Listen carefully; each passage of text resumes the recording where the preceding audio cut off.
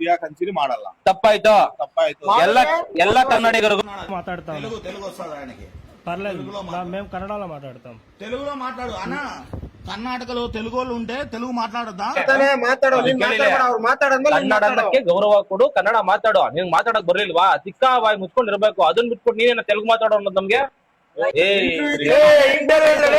ನಿನ್ನ ಭಾಷೆಗೆ ಗೌರವ ಕೊಡ್ತಾ ಇರೋದಕ್ಕೆ ಇವನು ತೆಲುಗು, ಇವನಾಗ್ಲಿ ಅವನಾಗ್ಲಿ ತೆಲುಗು ಕಲ್ತಿರೋದು. ನೀನ್ ಭಾಷೆ ಗೌರವ ಕೊಟ್ಟಿರ್ಲಿಲ್ಲ ಅಂದ್ರೆ ನಿಮ್ ಭಾಷೆ ಕಲಿತಾ ಇರ್ಲಿಲ್ಲ. ನಾವೆಲ್ಲಾ ಭಾಷೆಗೂ ಗೌರವ ಕೊಡ್ತೀವಿ. ನಿಮ್ನ ಕೇಳ್ತಾ ಇದ್ದೇನೋ ನಮ್ ಭಾಷೆ ಗೌರವ ಕೊಡಿ ಅಂತ. ತಪ್ಪಾಯ್ತು. ಅದನ್ನ ಇನ್ನೊಂದ್ಸಲ ಕನ್ನಡಿಗರಿಗೆ ತೆಲುಗು ಮಾತಾಡುವಂತ ದೌರ್ಜನ್ಯ ಮಾಡಲ್ಲ. ತಪ್ಪಾಯ್ತು. ದುಡಿತೀವಿ ಪಿಯಾಕ್ ಅಂಚಿರಿ ಮಾಡಲ್ಲ. ತಪ್ಪಾಯ್ತು.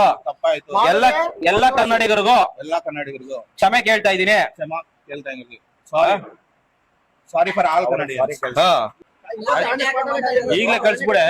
ನೀನ್ ఖాళీ ಮಾಡ್ಕೊಂಡು ಹೋಯ್ತಾರ. ನೀನು ಇಲ್ಲಿ ಇರಬೇಡ. పీజీ ఖాళీ చేసి పోతా ఉండాలి. నువ్వు ఎక్కడన్నా బతుకో. ನೀನೇನು ಅಳ್ಬೇಡ. ನವರಾತ್ರಿ ಮುಗಿಯೋತ್ತಿಗೆ ನಿನ್ನ ಮಗನ ಮದುವೆ ಆಗುತ್ತೆ, ಹೋಗೋದು. ಕರೆಕ್ಟಾಗಿ 9 ದಿನ ಅವ್ರು ಹೇಳಿ 9 ದಿನದಲ್ಲಿ ನಡೀತು. ಆ ಥರ ಒಂದು ಶಕ್ತಿ ನಾನು ಎಲ್ಲೂ ಜೀವನದಲ್ಲೇ ನೋಡಿಲ್ಲ ಬಿಡಿ. ನಾವು ಕೇಳಿದ ಪ್ರಶ್ನೆ ಕರೆಕ್ಟಾಗಿ ನಾವು ಅನ್ಕೊಂಡಿದ್ವಿ ಮನಸ್ಸಲ್ಲಿ. ಅದನ್ನೇ ನಾವು ಕೇಳೋಕ್ಕಿಂತ ಮುಂಚೆ ಅವರೇ ಕರೆದು ಒಳಗಡೆ ನೀಟಾಗಿ ಅದನ್ನೇ ಹೇಳು. 3 ಸಲ ಅಬೋರ್ಷನ್ ಆಗಿತ್ತು.